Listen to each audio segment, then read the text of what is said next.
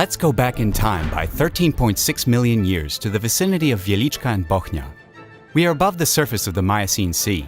The sea surrounds the arch of the emerging Carpathian Mountains.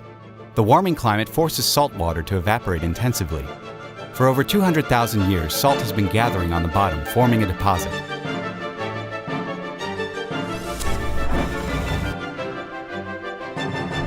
The area of today's Wieliczka and Bochnia become one of the first sites in the world known for salt production.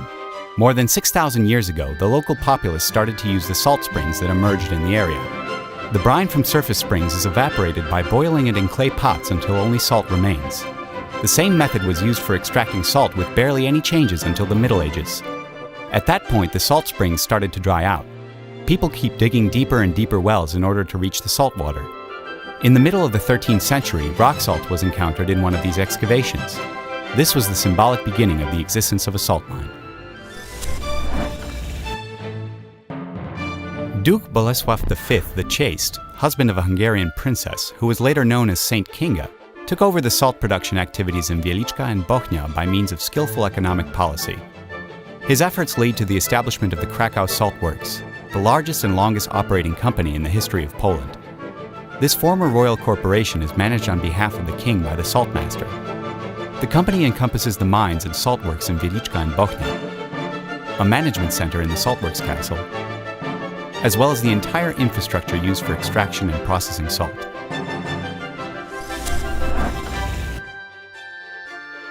Salt mines provide a third of all state revenue. Poland is going through the best investment and economic period in its history. New cities are founded, churches, manors, and castles are built. The burghers and townsfolk are getting rich and new magnate fortunes are built.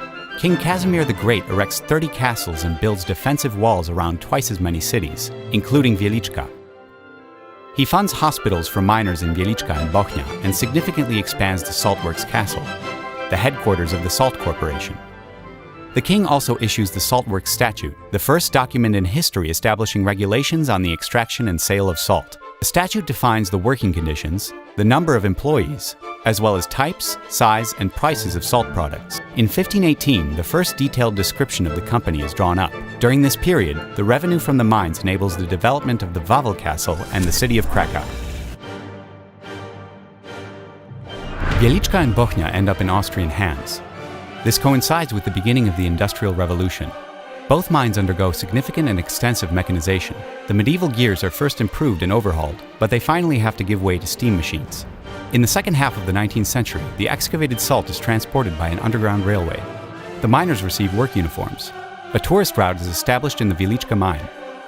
From the guest books kept at the time, we learn that the mine was visited and admired by Mendeleev, Goethe, and Chopin.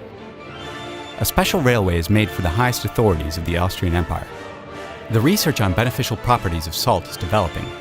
Dr. Felix Boczkowski, the mine doctor, discovers that salt has a therapeutic effect when examining Wieliczka miners. Thanks to his efforts, a modern health resort is established in the mine. Alfons Długosz, artist and enthusiast of Wieliczka, wants to save and preserve the endangered monuments of mining technology and material culture at all costs. He starts penetrating the mine.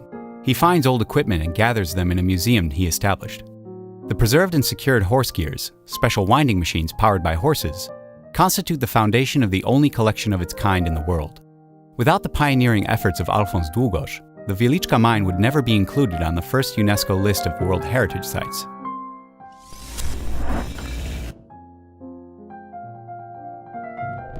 The salt production on an industrial scale was officially ceased in 1990 in Bochnia, and in 1996 in Wieliczka.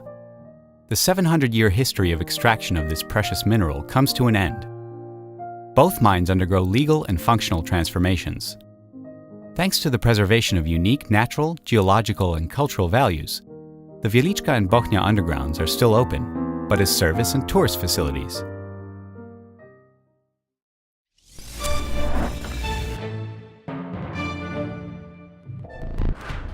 Since 1493, when Nicolaus Copernicus, who is believed to be one of the first tourists to see the mine, explored the underground galleries, to this day the Wieliczka salt mine has been visited by dozens of millions of people, including 1,700,000 visitors in 2017. The tourist route at the Wieliczka salt mine enthralls tourists with St. Kinga's Chapel, saline lakes, and majestic chambers. The Cracow Saltworks Museum route surprises the visitors with original and unique artifacts, including one-in-a-kind collection of gears, unique artworks, and mineral specimens.